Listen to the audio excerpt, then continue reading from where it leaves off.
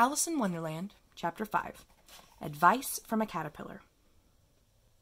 The caterpillar and Alice looked at each other for some time in silence. At last the caterpillar took the hookah out of its mouth and addressed her in a languid, sleepy voice. "Who are you?" said the caterpillar. This was not an encouraging opening for a conversation. Alice replied, rather shyly, I hardly know, sir, just at present. At least I know who I was when I got up this morning, but I think I must have been changed several times since then." "What do you mean by that?" said the caterpillar sternly. "Explain yourself." "I can't explain myself, I'm afraid, sir," said Alice, "because I'm not myself, you see." "I don't see," said the caterpillar. "I'm afraid I can't put it more clearly," Alice replied very politely, "for I can't understand it myself to begin with, and being so many different sizes in a day is very confusing." "It isn't," said the caterpillar. "Well, perhaps you haven't found it so yet," said Alice, "but when you have to turn into a chrysalis, you will someday, you know, and then after that into a butterfly. I should think you'll feel a little queer, won't you?" "Not a bit," said the caterpillar.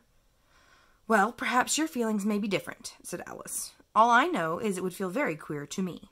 "You?" said the caterpillar contemptuously. "Who are you?" Which brought them back again to the beginning of the conversation. Alice felt a little irritated at the caterpillar's making such very short remarks, and she drew herself up and said very gravely, "I think you ought to tell me who you are first." "Why?" said the caterpillar.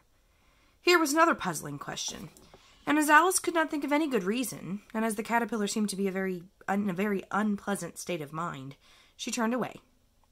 "Come back," said the caterpillar called after her. "I have something important to say."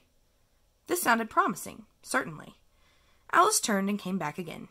"Keep your temper," said the caterpillar. "Is that all?" said Alice, swallowing down her anger as well as she could. "No," said the caterpillar. Alice thought she might as well wait, as she had nothing else to do, and perhaps after all it might tell her something worth hearing. For some minutes it puffed away without speaking. But at last it unfolded its arms, took the hookah out of its mouth again, and said, "So you think you've changed, do you?" "I'm afraid I am, sir," said Alice. "I can't remember things as I used to, and I don't keep the same size for 10 minutes together." "Can't remember what things?" said the caterpillar. "Well, I've tried to say, 'How doth the little busy bee?' but it all came out different," Alice replied in a very melancholy voice. "Repeat, 'You are old Father William,'" said the caterpillar. Alice folded her hands and began. "You are old Father William," the young man said, "and your hair has become very white. And yet you incessantly stand on your head. Do you think at your age it is right?" "In my youth," Father William replied to his son, "I feared it might injure the brain. But now that I'm perfectly sure I have none, why, I do it again and again." "You are old," said the youth, "as I mentioned before, and have grown most uncommonly fat. Yet you turned a back somersault in at the door. Pray, what is the reason of that?" "In my youth," said the sage, as he shook his grey locks, "I kept all my limbs very supple. But by the use of this ointment, 1 shilling the box, allow me to sell you a couple." "You are old," said the youth, "and your jaws are too weak for anything tougher than suet. Yet you finished the goose, with the bones and the beak. Pray, how did you manage to do it?" "In my youth," said his father, "I took to the law, and argued each case with my wife, and the muscular strength which it gave to my jaw has lasted the rest of my life." "You are old," said the youth, "one would hardly suppose that your eye was as steady as ever. Yet you balanced an eel on the end of your nose. What made you so awfully clever?" "I have answered 3 questions, and that is enough," said his father. "Don't give yourself airs. Do you think I can listen all day to such stuff? Be off, or I'll kick you downstairs." "This is not said right," said the caterpillar. "Not quite right, I'm afraid," said Alice timidly. "Some of the words have got altered." "It is wrong from beginning to end," said the caterpillar, decidedly, and there was silence for some minutes. The caterpillar was the first to speak. "What size do you want to be?" it asked. "Oh, I'm not particular as to size," Alice hastily replied. "Only one doesn't like changing so often, you know." "I don't know," said the caterpillar. Alice said nothing. She had never been so much contradicted in all her life before, and she felt that she was losing her temper.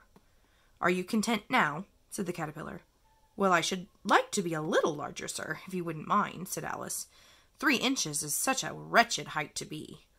It is a very good height indeed, said the caterpillar angrily, rearing itself upright as it spoke. It was exactly 3 inches high.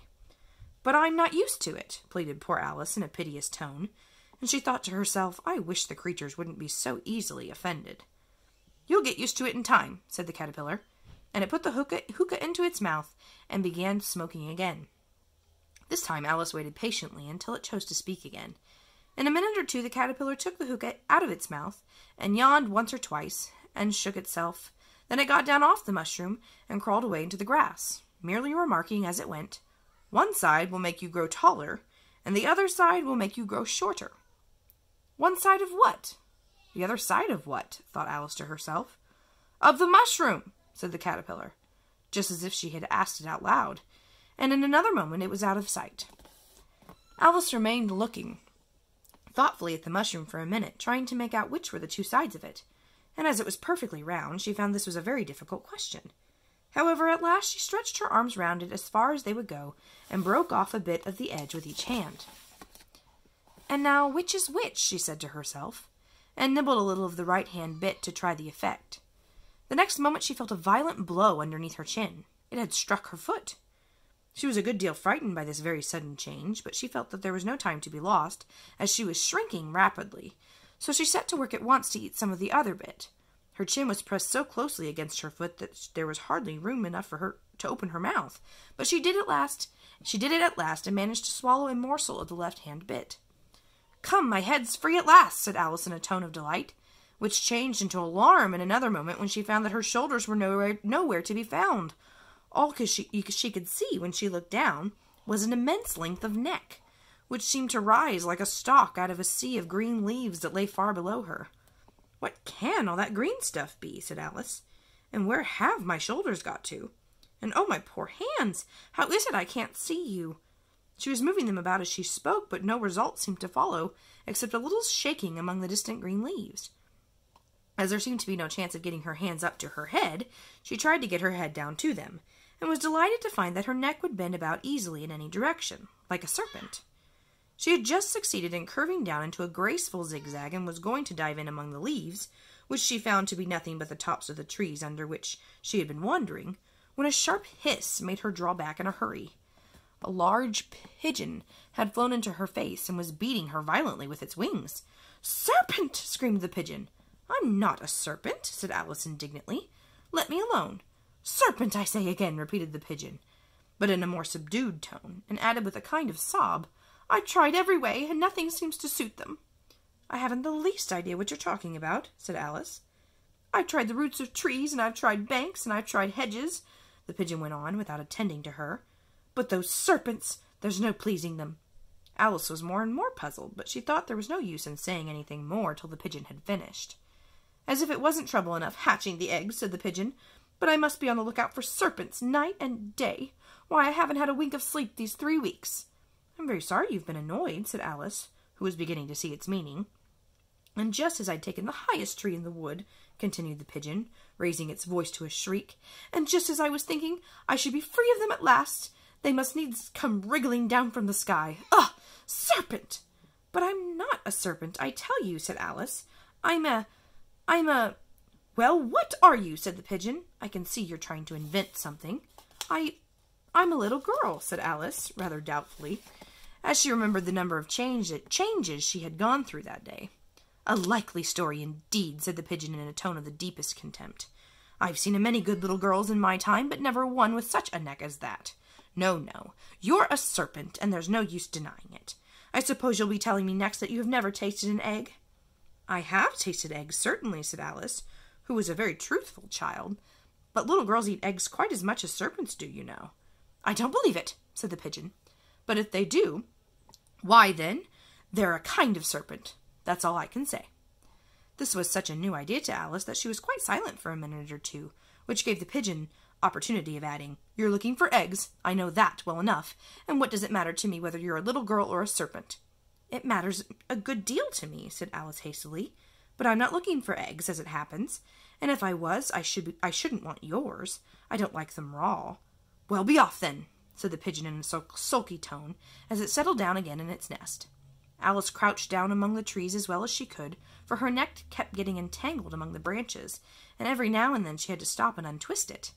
After a while she remembered that she still had the pieces of the mushroom in her hands, and she set to work very carefully, nibbling first at one and then at another, and growing sometimes taller and sometimes shorter until she had succeeded in bringing herself down to her usual height. It was so long since she had been anything near the right size that it felt quite strange at first, but she got used to it in a few minutes, and began talking to herself as usual. "Come, there's half my plan done now. How puzzling all these changes are. I'm never sure what I'm going to be from one minute to another. However, I've got back to my right size. The next thing is to get into that beautiful garden. How is that to be done, I wonder?" As she said this, she came suddenly upon an open place with a little house in it about 4 feet high. "Whoever lives there," thought Alice. "It'll never do to come upon them this size. Why, I should frighten them out of their wits." So she began nibbling at the right-hand bit again, and did not venture to go near the house till she had brought herself down to 9 inches high.